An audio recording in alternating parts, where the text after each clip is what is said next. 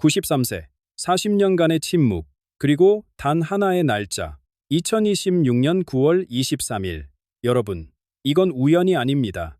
한국의 격암유록, 일본의 신도비전서, 티베트의 봉인된 문서, 중국의 고대 예언록, 400년간 서로 만난 적 없는 네 문화권이 똑같은 해, 똑같은 장소, 똑같은 인물을 가리키고 있습니다. 한반도, 2026년 가을, 전설의 인물, 더 소름 끼치는 건 따로 있습니다. 이 예언을 40년간 지켜온 무당 청훈 선생. 그는 생전에 3번의 편지를 청와대에 보냈습니다. 1996년 IMF 경제 위기 예측, 적중. 2015년 대통령 탄핵 예고, 적중. 2019년 전 세계 전염병 경고, 적중. 3번 모두 1년 전에 예언했습니다. 3번 모두 정확히 맞았습니다.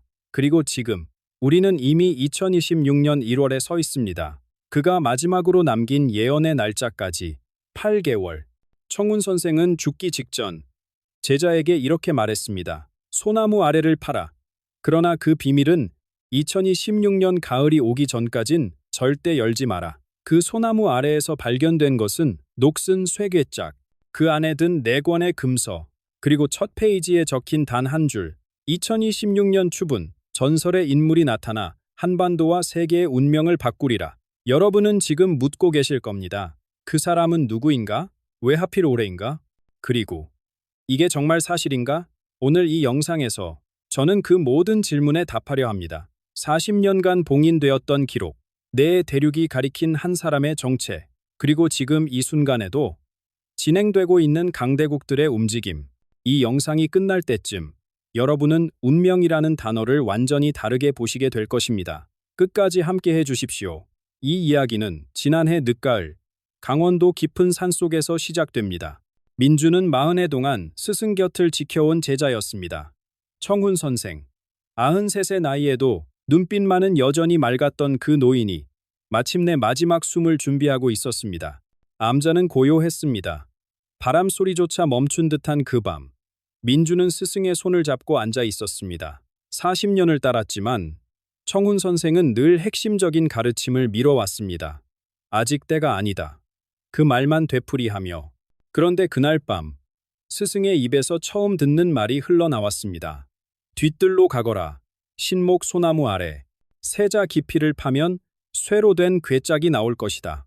민준의 심장이 빠르게 뛰기 시작했습니다. 스승이 이토록 구체적인 지시를 내린 적은 단 한 번도 없었습니다. 그러나 명심해라. 청훈 선생의 목소리가 낮아졌습니다. 하늘의 비밀은 함부로 새어나가선 안 된다. 올해 가을이 오기 전까진 그 안에 든 것을 누구에게도 보여선 안 된다. 그리고 그 말을 마지막으로 스승은 눈을 감았습니다. 장례를 치른 후 민주는 스승의 유언대로 뒤뜰로 향했습니다. 수백 년은 됐을 법한 소나무가 하늘을 향해 뻗어 있었습니다. 그 아래를 파기 시작했을 때 삽 끝에 무언가 단단한 것이 부딪혔습니다. 녹이 쓴 쇠괴짝이었습니다. 뚜껑에는 희미하게 글씨가 새겨져 있었습니다. 오래되어 거의 지워졌지만 한 구절만은 또렷이 읽을 수 있었습니다. 천기 누설 불가. 하늘의 기밀은 누설해선 안 된다는 뜻이었습니다. 민준의 손이 떨렸습니다. 스승이 평생을 걸쳐 지켜온 것이 바로 이 안에 있었던 겁니다. 괴짝을 열자 누렇게 바랜 4권의 책이 나왔습니다. 첫 번째는 격암유록. 조선시대부터 전해 내려온 예언서였습니다. 두 번째는 송하비결. 세상에 알려지지 않은 완본이었습니다. 세 번째는 일본에서 건너온 신도비전서. 메이지 시대 이전의 원본으로 추정되었습니다. 네 번째는 티베트 문자로 쓰인 봉인문서. 표지조차 낯선 이 책은 어떤 기록에도 남아있지 않은 것이었습니다. 네 문화권, 4개의 언어. 그러나 이 책들이 가리키는 곳은 단 하나였습니다. 민준이 첫 페이지를 펼쳤을 때 심장이 핀는 듯했습니다. 거기엔 이렇게 적혀 있었습니다. 올해 추분. 전설의 인물이 나타나 이 땅과 세상의 운명을 바꾸리라. 추분. 올해 9월 23일. 지금으로부터 불과 8달 후입니다. 민주는 그제야 깨달았습니다.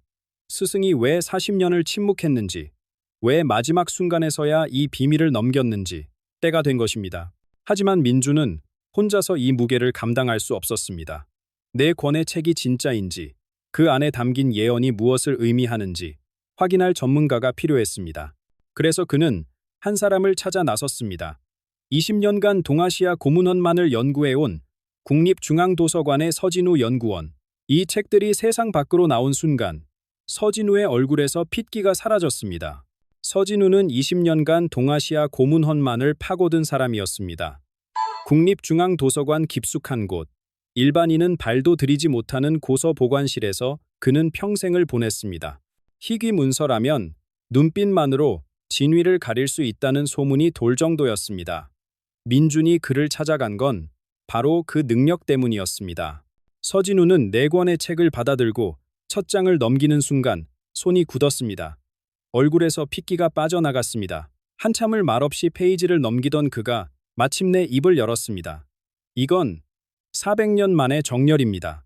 민주는 그 말뜻을 이해하지 못했습니다. 서진우가 책상 위에 4권을 나란히 펼쳐놓았습니다. 보십시오. 격암유록은 조선 중기에 기록되었습니다. 송하비결은 그보다 100년 뒤에 쓰였고요. 일본의 신도비전서는 에도 시대 이전 것입니다. 티베트 문서는 1933년 13대 달라이 라마께서 입적 직전 남기신 것으로 보입니다. 서진우의 손가락이 각 책의 특정 구절을 짚었습니다. 이 4문화권은 역사적으로 서로 교류한 적이 없습니다. 언어도 다르고 종교도 다르고 세계관도 완전히 다릅니다. 그런데 그의 목소리가 떨렸습니다. 4권 모두 같은 해, 같은 장소, 같은 인물을 가리키고 있습니다. 올해, 이 땅, 그리고 한 사람의 등장. 민준의 등골이 서늘해졌습니다. 서진우가 티베트 문서를 조심스럽게 집어들었습니다. 이 문서가 가장 구체적입니다. 달라이 라마께서는 입적 전 측근들에게 이렇게 말씀하셨다고 합니다. 동쪽 끝 반도의 나라에서 새로운 왕이 나타나리라. 그는 칼을 들지 않고 총을 쏘지 않으며 오직 말의 힘만으로 세상의 질서를 바꾸리라. 그리고 그 시기를 93년 뒤라고 못 박으셨습니다.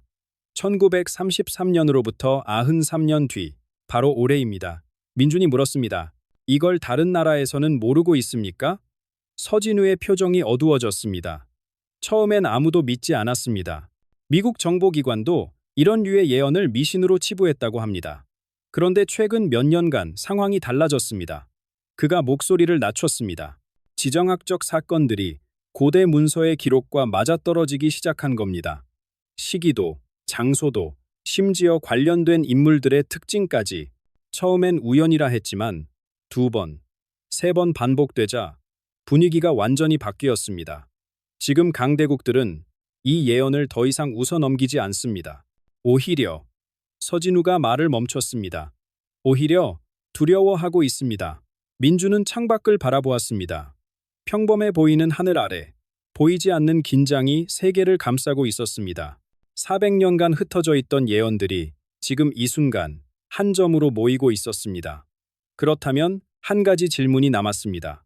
이 예언들이 정말 맞는 것인지 아니면 우연의 일치인지 그것을 확인하려면 과거를 돌아봐야 했습니다. 청운 선생이 생전에 했던 다른 예언들, 그것이 맞았는지 틀렸는지를 알아야 했습니다. 민주는 스승의 과거 기록을 추적하기로 결심했습니다. 그리고 그 과정에서 그는 충격적인 사실과 마주하게 됩니다.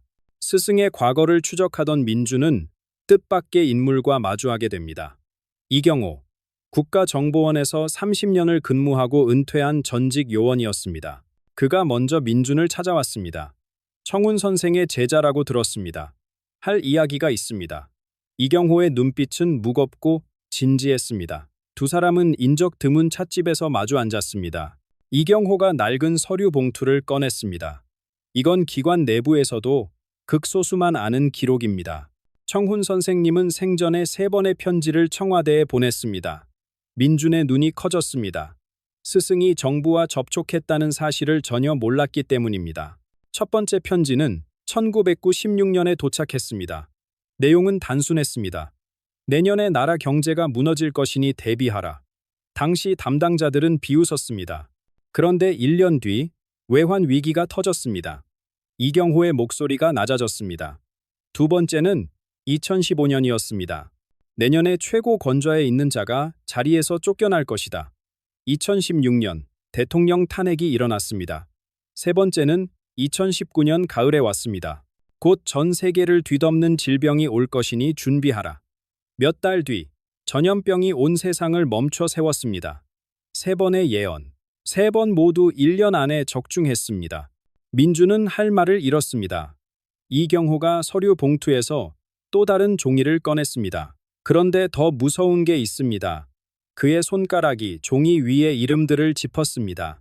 이 편지들을 직접 받아본 고위 공무원들입니다. 모두 7명이었습니다. 그중 5명이 예언이 실현되기 전에 세상을 떠났거나 갑자기 사라졌습니다. 민준의 등골이 서늘해졌습니다. 우연이라고 보기엔 숫자가 너무 많습니다. 마치 미리 아는 것 자체가 대가를 치르게 되는 것처럼 이경호가 마지막 종이를 내밀었습니다. 그리고 이것, 청훈 선생님의 개인 기록에서 발견된 겁니다. 거기엔 한 사람의 이름과 생년월일이 적혀 있었습니다. 그리고 그 옆에 40년치의 날짜가 빼곡하게 기록되어 있었습니다. 선생님은 이 사람을 40년간 지켜봐 왔습니다. 1년에 서너 번씩 이 사람의 행적을 기록했습니다. 마치 언젠가 올 순간을 기다리듯이. 민준이 물었습니다. 이 사람이 누구입니까? 이경호가 고개를 저었습니다. 저도 끝까지 밝혀내지 못했습니다. 다만 한 가지는 확실합니다. 청훈 선생님은 이 사람이 나라의 운명을 바꿀 인물이라고 믿었습니다. 그리고 그 순간이 바로 올해라고 보셨던 겁니다. 민주는 그 이름을 손에 쥐었습니다. 스승이 40년을 기다린 사람. 4권의 예언서가 가리키는 인물. 이제 그를 직접 찾아야 할 때가 왔습니다. 과연 이 사람은 누구이며 어떤 삶을 살아왔을까요? 민주는 스승이 남긴 기록을 더 깊이 파고들었습니다. 그 과정에서 한 장의 낡은 종이를 발견했습니다. 청훈 선생의 필체로 빼곡하게 적힌 글씨. 제목은 이러했습니다. 그를 알아보는 7가지 징표. 민주는 숨을 죽이고 한 줄 한 줄 읽어 내려갔습니다. 첫째, 그는 권력을 구하지 않으나 권력이 스스로 그를 찾아온다. 둘째, 그는 재물을 탐하지 않으나 번영이 그의 뒤를 따른다. 셋째, 그는 평범한 사람이나 그의 말에는 천근의 무게가 실린다. 넷째, 그는 높은 자리에 오르지 않으나 높은 자들이 그에게 고개를 숙인다. 다섯째, 그는 자신의 공을 드러내지 않으나 하늘이 그의 공을 기억한다. 여섯째, 그의 주변에는 기이한 행운이 따르나 그 자신은 이를 알지 못한다. 일곱째, 그는 가장 어두운 시기에 나타나 빛이 된다. 민주는 종이를 내려놓았습니다. 이건 영웅의 조건이 아니었습니다. 오히려 그 반대였습니다. 숨어 있는 자, 드러나지 않는 자, 스스로를 낮추는 자, 그런 사람을 어떻게 찾을 수 있단 말입니까? 그때 민준의 눈에 스승의 비밀 일지가 들어왔습니다. 40년치 기록이 담긴 낡은 공책. 한 사람의 이름이 첫 페이지부터 마지막 페이지까지 반복되어 있었습니다. 강태준, 1966년생, 경기도의 한 초등학교 교사. 민주는 그 이름을 처음 보았습니다. 어떤 뉴스에도, 어떤 기록에도 등장하지 않는 평범한 이름이었습니다. 민주는 강태준의 과거를 추적하기 시작했습니다. 그가 근무했던 학교, 살았던 동네, 만났던 사람들, 하나하나 수소문하며 그의 삶을 재구성해 나갔습니다. 그리고 놀라운 이야기들이 쏟아져 나왔습니다. 1997년 외환 위기가 나라를 덮쳤을 때였습니다. 강태준이 근무하던 학교에서 12명의 학생이 학비를 내지 못해 퇴학 위기에 놓였습니다. 부모들은 하루아침에 직장을 잃었고 아이들은 학교를 떠나야 할 처지였습니다. 그런데 어느 날 그 12명의 학비가 모두 납부되어 있었습니다. 누가 냈는지 아무도 몰랐습니다. 학교 행정실에서도 익명의 기부라고만 기록했습니다. 수년 뒤에야 한 교직원이 우연히 알게 되었습니다. 강태준 선생이 자신의 월급 대부분을 털어 조용히 납부했다는 사실을. 2008년 금융위기가 다시 찾아왔습니다. 강태준이 살던 작은 마을에서 5가구가 집을 잃을 위기에 처했습니다. 은행 빚을 갚지 못해 경매에 넘어가기 직전이었습니다. 그런데 경매 며칠 전 5가구 모두의 빚이 갚아져 있었습니다. 이번에도 누구의 소행인지 아무도 몰랐습니다. 마을 사람들은 기적이라 불렀습니다. 훗날 밝혀진 사실. 강태준이 평생 모은 저축을 모두 꺼내 갚았던 것입니다. 그 자신은 이후로 월세방에서 살았습니다. 더 기이한 것은 그 이후였습니다. 강태준의 도움을 받은 사람들, 주변에서 연쇄적인 행운이 일어났습니다. 외환 위기 때 학비를 지원받은 학생 중 셋이 나중에 대기업 임원이 되었습니다. 집을 지킨 5가구 중 2가구는 사업에 성공해 마을 전체를 일으켜 세웠습니다. 마치 강태준이 심은 작은 씨앗이 예상치 못한 곳에서 거목으로 자라난 것처럼. 그러나 강태준 자신은 여전히 작은 월세방에서 살며 매일 아침 학교로 출근했습니다. 자신이 일으킨 기적에 대해 단 한 번도 말한 적이 없었습니다. 옛말에 이런 구절이 있습니다. 진정한 덕은 드러나지 않고 숨은 공은 하늘이 기억한다. 강태준은 바로 그런 삶을 살아온 사람이었습니다. 민주는 확신했습니다. 스승이 40년을 지켜본 이유가 있었습니다. 이 사람이 바로 예언이 가리키는 인물입니다. 하지만 강태준 자신은 이 모든 것을 전혀 알지 못했습니다. 민주는 다시 예언서를 펼쳤습니다. 강태준의 과거가 기록된 페이지를 넘기자 아직 오지 않은 시간에 대한 기록이 나타났습니다. 거기엔 올해 가을에 벌어질 일들이 놀라울 정도로 상세하게 적혀 있었습니다. 민준의 손이 떨리기 시작했습니다. 예언서의 기록은 이러했습니다. 8월이 저물 무렵 그의 평온한 일상에 균열이 생기리라. 처음엔 사소한 변화로 시작되리니 낯선 자들이 그의 거처 주변을 서성이고 이방의 눈들이 그를 지켜보리라. 그러나 그는 알아채지 못하리라. 자신을 향해 거대한 파도가 밀려오고 있음을. 추분이 가까워질수록 상황은 급변하리라. 9월 초 그의 작은 거처 주변에 네 나라의 그림자가 모여들리라. 남쪽 나라의 정보기관, 서쪽 대륙의 요원들, 대륙의 밀사들, 동쪽 섬나라에서 급파된 자들, 이 모두가 한 사람의 집 앞에서 부딪히리라. 그들이 원하는 것은 오직 하나. 그를 손에 넣는 자가 새로운 세상의 질서를 쥐리라. 믿기 때문이니라. 민주는 페이지를 넘겼습니다. 글씨가 점점 더 급박해지고 있었습니다. 9월 중순, 북녘에서 충격적인 선언이 나오리라. 그를 인민의 영웅이라 부르며 자신들의 품으로 데려가겠다 선포하리라. 이로 인해 온 땅이 술렁이고 그의 이름이 처음으로 세상에 알려지리라. 사람들은 묻게 되리라. 저 평범한 사람이 대체 누구이기에 이 모든 소란의 중심에 있는가? 바다의 경계선에 긴장이 치솟으리라. 북녘의 군사가 해안을 따라 움직이고 서쪽 대륙의 전함이 서해로 달려오리라. 대륙은 북쪽 강 인근에 병력을 모으리라. 세상의 입들은 충돌이 임박했다 외치리라. 이 땅 전체가 불씨 위에 놓이리라. 민준의 심장이 빠르게 뛰었습니다. 예언서는 계속되었습니다. 그때 남쪽 나라의 가장 높은 곳에서 그를 부르리라. 그는 난생 처음 권력의 심장부에 발을 들이게 되리라. 그곳에서 그를 기다리는 것은 선택의 압박이니라. 서쪽을 택하라. 혹은 동쪽을 택하라. 그렇지 않으면 전쟁을 피할 수 없으리라.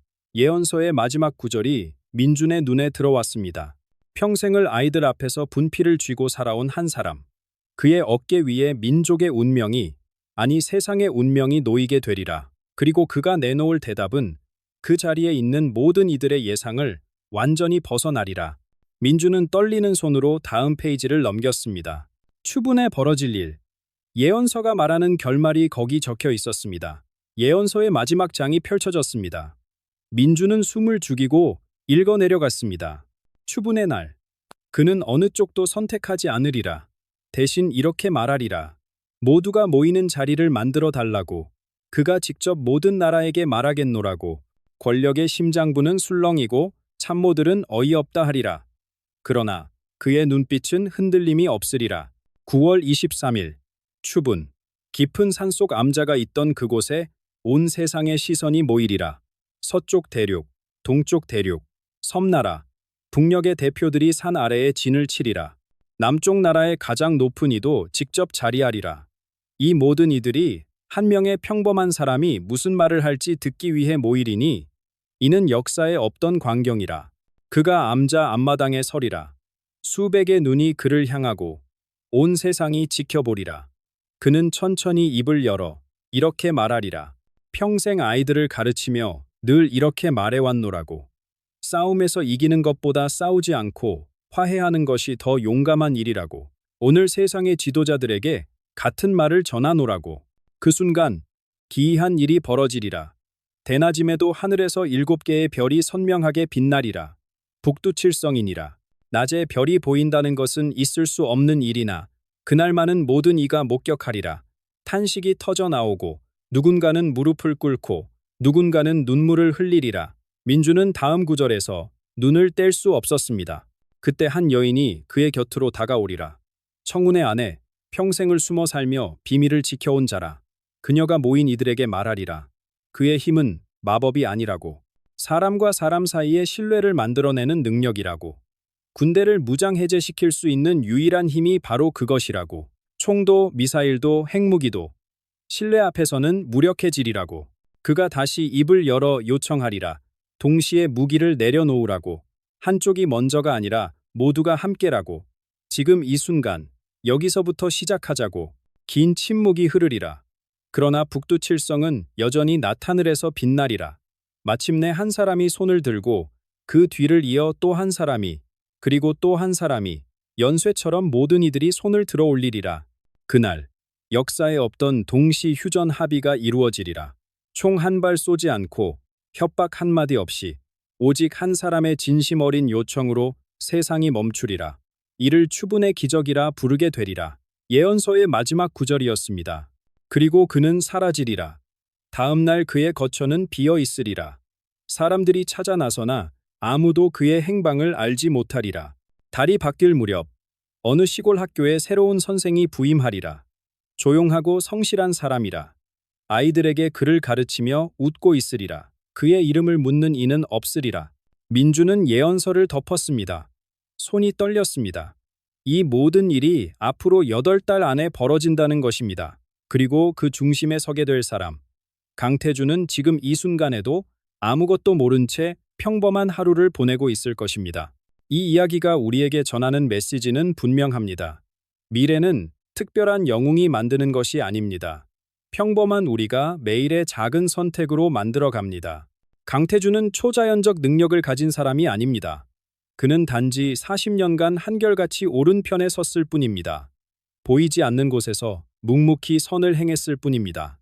그것이 쌓이고 쌓여 기적이 됩니다. 오늘 이 영상을 보시는 분들도 마찬가지입니다. 작은 친절, 숨은 선행, 조용한 용기가 언젠가 세상을 바꿀 씨앗이 됩니다. 오늘 영상은 고대 예언과 전통 기록에서 영감을 받아 제작한 교육적 콘텐츠입니다. 이 이야기는 공포나 불안을 조장하려는 것이 아니라 우리 안에 있는 선함의 힘을 되돌아보게 하려는 목적으로 만들어졌습니다. 역사 속 예언들이 전하는 지혜를 통해 오늘을 사는 우리에게 어떤 메시지를 줄 수 있는지 함께 생각해 보시길 바랍니다. 이 영상이 마음에 와닿으셨다면 구독과 좋아요로 응원해 주시고 댓글로 여러분의 생각을 나눠주세요.